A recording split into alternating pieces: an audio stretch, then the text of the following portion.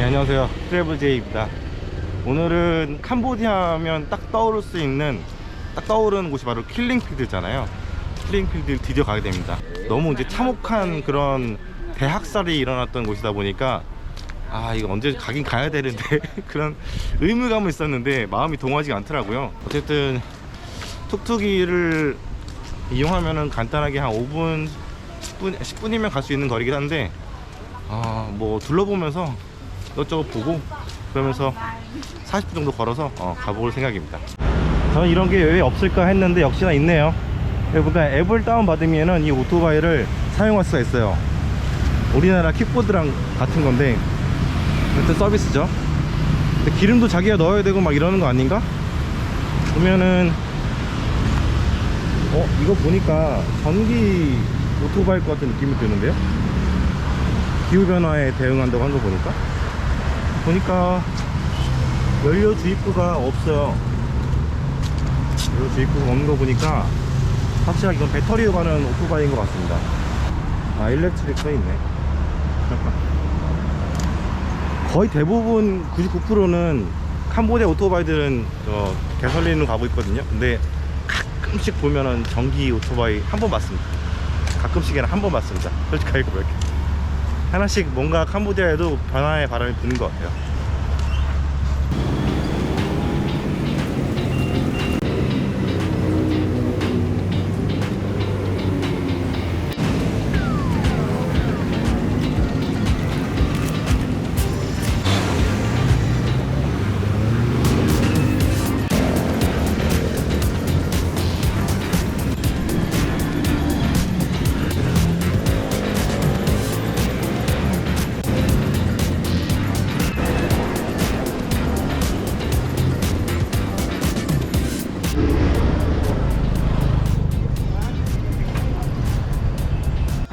저는 지금 일본 국도를 지나가고 있습니다. 프놈펜에서 도에서 남쪽으로 쫙 내려오는 가장 중요한 도로인데요. 그 도로변에는 그 외국계 기업들이라든가 큰 빌딩들이 많은데 보면은 그 샤오미가 떡하니 버티고 있습니다. 뭐 이 건물이 샤오미 건물은 아니지만 딱 정중앙에 샤오미가 박혀 있고요. 저 한국 국기도 있네. 그 이 아래 보시면 스타벅스도 있어서 이 건물의 퀄리티가 나쁘지 않은 퀄리티 라는 걸 알 수가 있죠. 이 동네의 물가 소득 수준도 높다는 걸 알 수가 있는데, 동남아 같은데 여행하다 보면은 터키도 그랬지만 샤오미가 삼성전자의 그 시장을 야금야금 잡아먹고 있습니다. 일단은 가격이 저렴한 걸 내세워서 가성비로 승부를 하고 있는데, 사실 한국에서야 뭐 100만원 넘는 가격들이 주류를 이루고 있지만 전체 그 판매량에서 보면은 10%가 사실 안 됩니다. 대부분은 뭐 A 시리즈라든가 20만원대, 평균 단가가 삼성전자가 20만원대의 그 스마트폰들이 주로 팔리거든요. 샤오미가 가성비를 앞서서 이제 좀 더 좋은 성능으로, 삼성전자랑 비슷한 가격에 좀 더 좋은 성능으로 이거를 이제 갉아먹고 있는 그런 상황입니다. 그래서 삼성전자의 그 전세계 글로벌 점유율이 작년에 2위로 밀렸습니다. 그 많은 부분들을 샤오미가 야금야금 먹었고, 그리고 애플이 이제 바로 전전 버전들을 싸게 내놓으면서 또 그 시장을 또 야금야금 먹으면서 사실 굉장히 지금 약간 샌드위치 상에 있는 그런 상태이긴 합니다.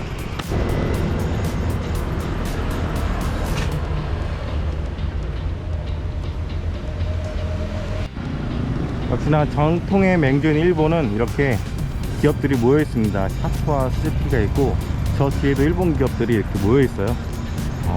뭉쳐야 산다, 이런 말이 떠오르네요.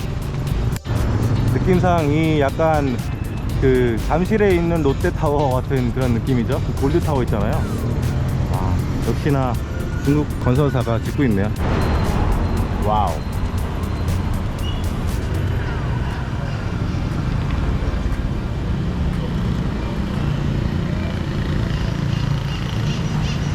일본 관광객들은 툭툭이 안 타면 저쪽에서 걸어오실 텐데, 이쪽입니다. 이쪽. 여기가 뚜엉슬랭 제너사이드 뮤지엄이고요. 이 주변은 뭐 이렇게 그냥 관광지, 여기 아무것도 없는데? 여기 뭐 레스토랑 조그만 거 하나 있고, 뭐 식당 몇 개 빼고는 주변에는 딱히 뭐는 없고요. 한번 들어가 보겠습니다. 근데 발길이 잘 안 떨어지네요. 뭐지? 뚝뚝이 타고 오신 분들 있네 바로. 서양인들은 뚝뚝이 좋아하더라고요. 아 여기다. 지금 구매를 했고요. 오디오 가이드, 그러니까 일반 요금은 5달러고요. 그리고 오디오 가이드가 3불 붙으면 이제 8불이거든요 총. 근데 한국어가 있어서 하려고 했는데 코비드 19 때문에 오디오 가이드는 제공이 되지 않는다고 합니다. 좀 아쉽네요. 혹시 오디오 가이드가 있어야 조금 더 확 마음에 다가올 텐데 사실은 엄청 자극적이라 엄청 자극적이라서 사실은 없어도 충분히 그냥 발길이 잘 안 떨어집니다. 뭔가 딱 들어서도 마음이 좀 먹먹한데 일단 들어보겠습니다. 스타트가 이쪽이라고 하니까 저분들 왜 절로 가는지 모르겠지만 오디오 가이드 했으면 자세한 설명을 줄 텐데 아쉽습니다. 여기 보면은 웃지 말라고 써져 있어요. 웃지 말라고. A 빌딩입니다.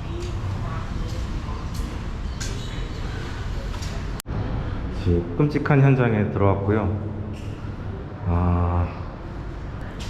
여기는 잔인하게 고문돼서 살해당한 사람의 사진인데 이런 얼굴 쪽에 많이 고문을 당했는지 가려져 있네요.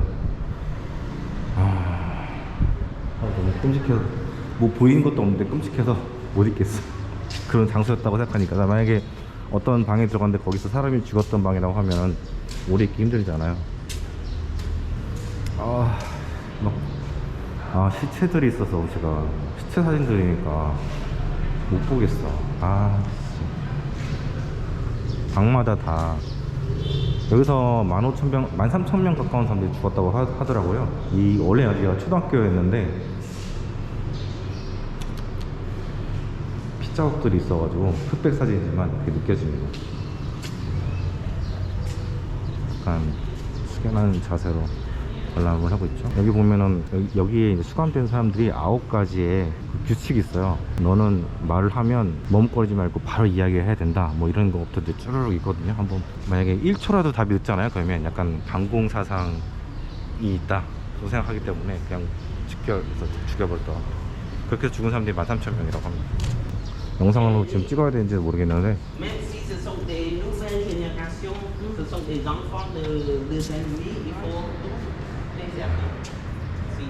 2층에는 짓밟힌 희망이라는 주제로 갤러리가 열리고 있고요. 한번 올라가 볼게요.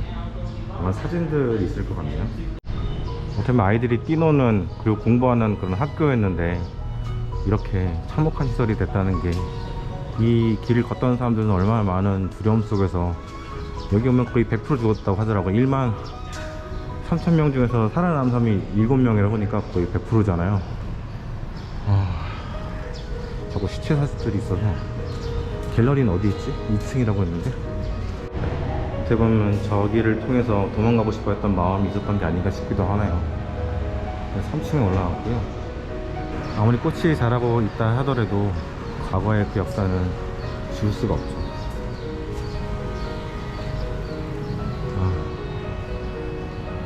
갤러리는 2층, 우리한테 3층인데 2층으로 되어 있고요. 그 유럽도 마찬가지지만 여기도 1층은 그라운드 층을 하고 지층이라고 하고 2층, 3층을 이제 1층, 2층으로 카운팅 하더라고요. 사실 갓난 애기들까지 잔혹하게 죽인 걸로 알려져 있는데 여기는 한 4, 5세 정도 되는 아이들의 옷 같죠? 그 집안의 씨를 말려버려야겠다 그러는 생각으로 한 사람 어른을 잡아들이면 가족까지 모두 몰살시켰다고 합니다.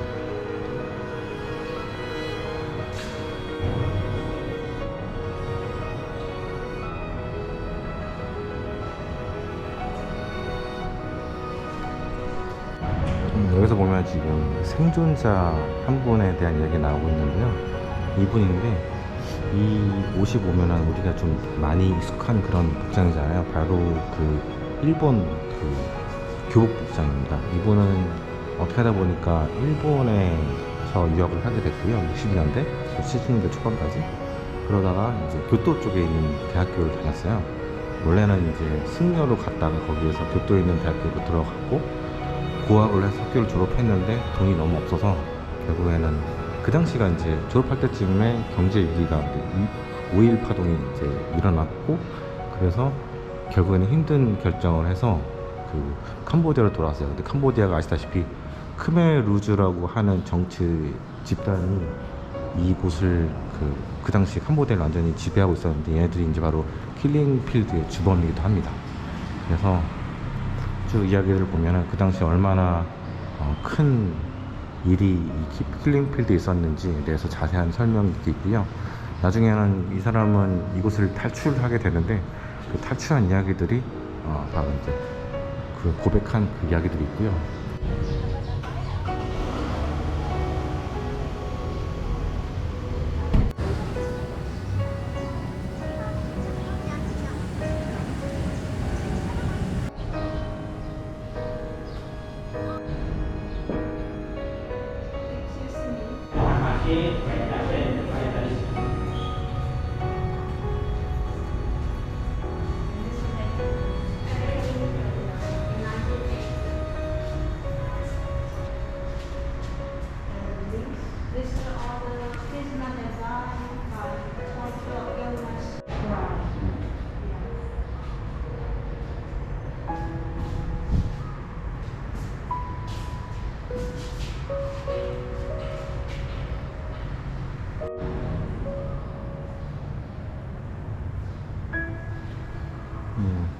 희생당하신 분들인데, 딱 봐도 아무런 죄가 없을 것 같은 분들이고요.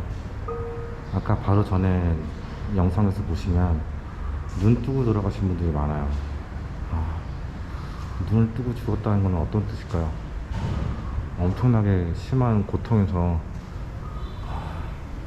눈을 감을 힘조차 없었던 게 아닐까 싶기도 하고요. 여기 보면 여기 그 외국인들도 많이 죽였대요. 사실은 이게 약간 민족주의적인 그러한 운동이었다고 하더라고요. 크메루즈 그쪽이. 그래서 뭐 중국계 캄보디아, 베트남계 캄보디아 이런 쪽들을 다 죽였다고 합니다. 그래서 베트남이 그것 때문에 캄보디아를 침공했고, 그래서 이 크메루즈 정권이 무너지게 됐습니다.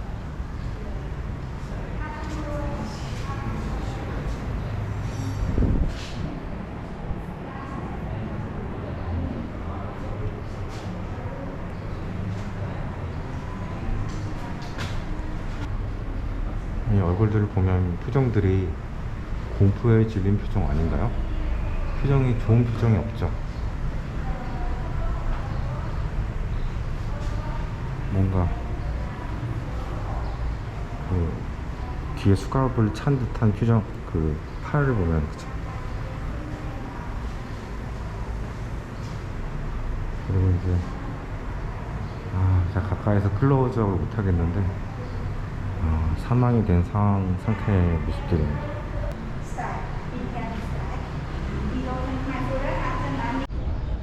이쪽은 왜 이렇게 철조망을 쳤을까요? 도망가지 못하게 하려고 철조망을 쳐놨나 보네요.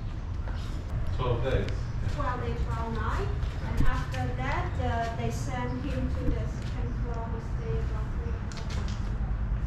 Because even though he worked for the members, but 이게 독방이었나 보네요. 몸 하나 누일 수 있는 그런 공간인데요. 약간 여기는 약간 뭔가 소름이 좀 돋습니다. 여기 그림이 있는데, 일단 다리와 팔이 묶인 채로 이 죄 없는 사람들이 여기 혼자 있으니까 너무 무서운데.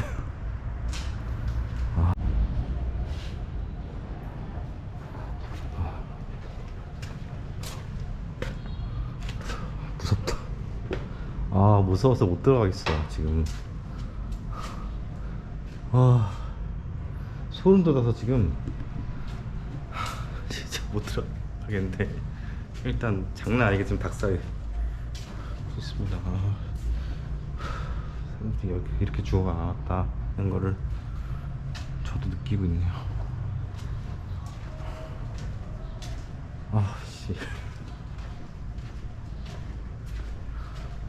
저는 웬만하면 오디오 가이드를 늘 이용하는 편이거든요. 근데 오디오 가이드가 없다 보니까 지금 저런 나무 집들이 어떠한 용도로 어떻게 쓰였는지에 대한 설명을 못 드린 게 좀 아쉽긴 하네요. 채들을 보니까 저 나무의 뿌리마저도 뭔가 사람 다리 느낌이 있을 정도로 지금 닭살이 좀 어마어마합니다 지금. 마지막 관이고요. A, B, C, D 관이 있고 이 마지막 D 관으로 지금 걸어보도록 하겠습니다.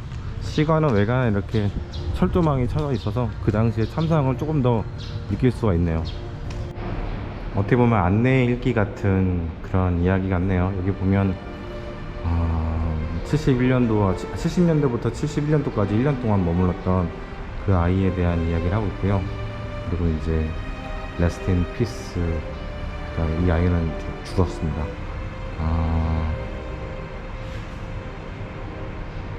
근데 자세히 보니까 아이가 아니고요, 40세 여성이네요. 그 당시에 이제 어떻게 고문이 일어났는지에 대해서는 이렇게 그림으로 그려놨고요. 그 고문 도구들도 이렇게 살이 닿기만 해도 아플 것 같은 그런 것들이 이렇게 있습니다. 뭐 이런 것들은 어떻게 쓰는지도 사실은 잘 모르겠는데, 농기구들 가지고 사람을 죽였다고 해요. 왜냐면 그 총으로 죽으면 총알이 아깝잖아요. 그래서 이렇게 닭 잡듯이 사람을 잡아 죽였습니다. 소 잡듯이. 애기들도 진짜 너무하네요. 인간의 비야만성이라는 게 정말 제대로 느껴지네요. 여기 보면은 여기가 아이들이거든요. 아이들인데 발들이 다 묶여져 있어요. 이렇게 손도 뒤로 이제 묶여져 있을 거겠죠, 지금 보니까. 그러면 이 아이들은 손발이 다 묶인 채로 누워있는 그런 상황입니다. 이거는 이제 샤워하라고 물을 틀어주는 건데, 군대 있을 때 저도 이런 경험을 하긴 했는데 그거에 비할 건 아니겠죠.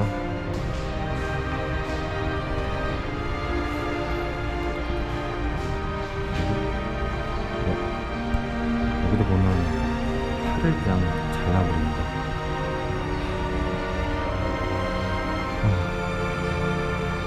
그 당시 사용했던 기구들이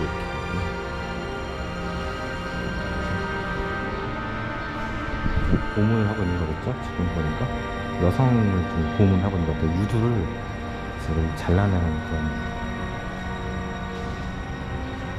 공포 영화를 그냥 능가하네요. 고어물 같은 느낌이 들고, 저기서 이제 딱 물고문 시킨 거죠. 고개를 들어도 숨 못 쉴 정도로 물고문. 한국에서도 물고문이 많았죠. 또 70년대, 80년대 민주화 항쟁을 하던 시기에 그 시기, 여기도 지금 70년대 이야기니까 돌이켜보면 70년대 그 아시아 국가들은 다 그런 비슷한 민주화에 대한 그런 성장통을 겪었다고 볼 수가 있겠네요. 근데 아직도 캄보디아는 공산주의 국가고요. 말로는 뭐 왕국이라고 하는데 그냥 허수아비 왕이 이렇게 있고요. 훈센 총리라는 사람이 82년인가요? 그때부터 85년부터 37년째 지금 독재하고 있고, 아들이 이제 곧 그 왕이라고 해야 되나요? 총리직을 물려받을 것으로 지금 예상이 된다고 합니다. 그리고 뭐 딸들이라든가 이런 자식들이 모든 정치, 경제, 사회, 문화적인 모든 것을 다 주인받고 있다고 하고 있고요. 그에 대해서는 제가 나중에 이야기 드릴 일이 있겠죠? 여기는 이제 이 뼈들이네요. 그 킬링필드의 약간 상징 같은. 다 보면은 머리가 작아요, 그쵸? 머리가 굉장히 작고, 이 해골들 사이에 그 신성시하는 불교의 종이 이렇게 잘 잡고 있고, 그래서 이들의 명복을 빌고 있는 그런 느낌이 드네요. 평화의 학들을 이렇게 적어놨고요. 이게 캄보디아 나라 영토에다가 해골들이 다 이렇게 데코했다고 하면 말이 없긴 하지만, 사실 이것도 여기에 진열을 이곳에 했었는데 사회적으로 국제적으로 비난을 받아서 이거를 없애버리고 이렇게 사진만 하나 남겨놨다고 합니다. 여기 있는 사람들은 묻히지도 못한 무용고의 그런 해골들입니다. 이렇게 해서 이제 거의 대부분의 관람을 마치게 되네요. 날씨가 많이 덥네요. 1시간가량의 이 뚜엉슬랭 뮤지엄을 관람을 했고요. 오기 전에도 살짝 계속 미뤘습니다. 약간 내일 가야지 왜냐면 이 참혹한 실상을 눈으로 보고 싶은 마음이 별로 없었어요. 너무 마음이 아플 것 같고, 이 전에도 영화라든가 이런 것들을 어렸을 때 봤는데 그때 충격이 있었기 때문에 굳이, 물론 여기 캄보디아가 킬링필드로 굉장히 유명한 곳이긴 하지만 굳이 와서 이거를 눈으로 꼭 확인해야 되겠냐 싶긴 했는데 밀린 축제를 하는 그런 기분으로 오긴 했습니다. 한국과 비슷하게 그 캄보디아도 정말 굴곡이 심한 역사를, 근현대사를 겪었습니다. 일단 한국과 마찬가지로 그 프랑스의 지배를 받았는데 무려 75년 동안 받았습니다. 그 서구 열강들의 제국주의는 엄청났었죠. 사실은 일본도 엄청났지만 프랑스 역시 그 동남아라든가 아프리카에서 있었던 수많은 갈취가 여기서도 그대로 자행됐고요. 그래서 민족주의 같은 것들이 이 캄보디아에서도 굉장히 이렇게 들끓어 오르는 그런 분위기였습니다. 그러다가 70년대 그 초반에 이제 베트남과 미국의 전쟁이 있었죠. 그 당시에 미국이 베트남을 되게 잡아 먹으려고 하다가 결국에는 못 잡아먹고 패퇴를 했습니다. 국내 그런 여론이 굉장히 반전, 히피 사상, 그때 당시에 그런 것들이 만연해 있었죠. 그래서 이제 뒤끝이 있었습니다. 베트남한테 우리가 패전했기 때문에, 세계 최강국 미국이. 베트남은 이제 약간 견제하고 싶었던 마음이 늘 있었는데, 마침 이제 바로 옆에 인접하고 있던 그 이 캄보디아에서 크메르 루즈라고 하는 그런 정치적인 집단들이 서서히 들끓러 오르기 시작합니다. 이들은 그 공산주의 교육을 제대로 받은 폴포츠라는 사람이 우두머리였고요. 그리고 그 아래 민족주의를 조금 얹고 공산주의와 민족주의를 좀 섞은 그런 뭐랄까 좀 특이한 형태. 그래서 크메루즈를 미국이 지원했습니다. 왜냐하면 베트남을 견제하기 위해서. 사실 이 킬링필드라는 참혹한 이 학살을 자행했던 집단을 한 3년 동안 거의 300만 명 가까이를 죽였다고 하더라고요. 300만 명이면 거의 부산광역시 인구를 그냥 싹 다 죽인 겁니다. 이 집단을 지원한 게 미국이라는 게 좀 섬뜩하기도 하고요. 그렇기 때문에 현재 이 일이 일어난 지가 거의 이제 50년 가까이가 지났지만 처벌을 잘 못하고 있다고 합니다. 관련자들. 가장 큰 이유는 그 당시에 있었던 사람들이 현재 기득권이 된 사람들이고, 기득권들이 아무래도 힘을 써서 그런 것들을 재조명하는데 반대를 할 것이고, 그리고 미국이 이제 이 킬링필드에 있어서 중요한 역할, 뒤에서 조력자였기 때문에, 그렇기 때문에 사실은 저도 공부하면서 사실은 미국이 왜 그랬을까라는 생각을 하게 되는데, 그래서 국제적으로 비난을 받고 있는 게 미국이기도 합니다. 이 일에 관련해서 그 당시에 거의 이제 캄보디아는 나라 자체가 삼청 교육되었다고 합니다. 왜냐면 일단은 지식인들은 모두 다 그냥 죽여버렸고요. 왜냐면 공산주의로 개화를 시켜야 되기 때문에 모든 사람들은 다, 도시에 있는 사람들도 다 농장으로 보내서 일을 시키고 맨날 이제 정신교육을 시키기도 하고, 그리고 뭔가 배운 사람들, 식자층들, 또 안경을 썼다는 이유 하나만으로도 잡혀가서 바로 죽는 경우들도 상당히 많았다고 합니다. 그렇게 되다 보니까 나라가 정말 제대로 된 나라가 아니잖아요. 그래서 같은 공산주의였던 중국이라든가 러시아, 소련이죠, 이런 나라들도 뭔가 굉장히 크레이지하다고 하면서 거리를 뒀던 것도 사실이고요.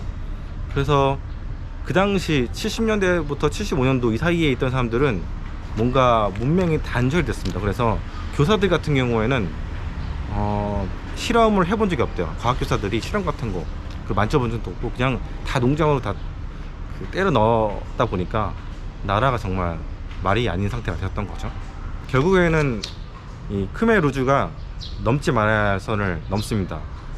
그게 뭐였냐면은 이제 민족주의였기 때문에 캄보디아인들이 아닌 사람들 다 죽이기 시작한 거예요. 예를 들어 중국인들도 죽였고, 중국계 캄보디아인도 죽였고, 베트남인들도 죽였는데 베트남 캄보디아인, 베트남 출신의 캄보디아인까지 다 죽인 겁니다. 그러다 보니까 옆에 있던 베트남이 가만히 있을 수가 없잖아요. 특히 베트남 같은 경우에는 미국을 몰아냈다고 하는 그런 베트콩들의 자부심도 있는 상황이기 때문에 베트남이 그 게릴라전에 능한, 미국을 격퇴했던 베트남인들이 밀고 들어오게 됩니다. 그래서 삽시간에 프놈펜을 이제 함락을 시켰고요.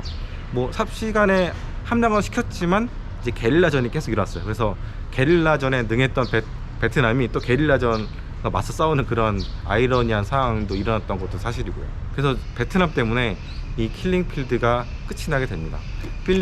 이 당시에 이제 인구가 베트남이 700만 명 정도 됐었는데 인구가 그래서 줄었어 사실. 그래서 정말 참혹한 현장이었다고 볼 수가 있을 것 같고요. 그 뒤로 인해서 이제 훈센 총리가 이 나라를 접수하고 37년째 독재를 하고 있습니다. 그래서 캄보디아는 참 불쌍한 나라이기도 하죠. 사실은 50년대 60년대만 하더라도 캄보디아는 아시아에서 4번째로 부유한 나라였습니다. 첫 번째로는 일본이었을 거고요. 두 번째로는 필리핀, 미국의 식민지였죠. 세 번째는 태국이었고, 네 번째가 바로 베트남도 아닌 캄보디아였는데 70년대 그런 일을 겪고 나니까 지금까지도 세계적인 최빈국이 된 상태입니다. 물론 제가 5일 동안 돌아다니면서 굉장히 빠르게 성장하고 있긴 하지만 이 전까지의 캄보디아는 정말 아무것도 없는 그런 최빈국이었다고 볼 수가 있겠습니다. 크메루즈라고 하는 뜻은, 크메르가 이제 이 캄보디아인들을 크메르라고 하거든요. 그리고 루즈는 그러니까 불어로 빨갛다, 그 루즈 바른다고 하잖아요. 그런 루즈가 똑같은 거고, 그래서 붉은 크메르족, 크메르 민족 이렇게 생각하시면 될 것 같습니다. 그래서 사실은 뭐 지금 현대화가 많이 되고 있긴 하지만 아직까지도 훈센 총리로 인한 독재는 계속 진행이 되고 있고요. 비극은 아직도 끝나지 않고 있습니다. 예를 들자면 지금 러시아처럼 여기도 야당 인사들이 투옥되고 죽고 막 이런 일들이 계속 일어나고 있는데, 다른 나라들이 이걸 가지고 뭐라고 하면 외세의 내정 간섭이다 이런 식으로 이제 치부해버리고 그런 상황입니다. 그래서 캄보디아는 앞으로도 민주화의 길로 가기에는 쉽지 않겠다. 10년, 20년이 지나도 쉽지 않을 그런 나라일 것 같아서 좀 안타깝긴 합니다.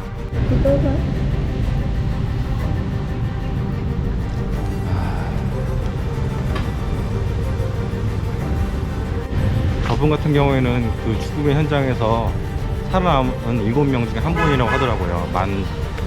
2만 명 정도가 여기서 죽었는데, 그러면 엄청나게 더 많은 사람들이 여기 있었을 거 아니에요.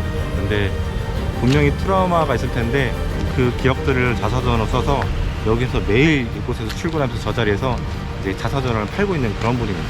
그래서 저분에게 있어서는 평생의 상처이자 어떻게 보면 먹거리가 된 것 같기도 한데, 인생이 참 뭐랄까요, 참 슬픕니다.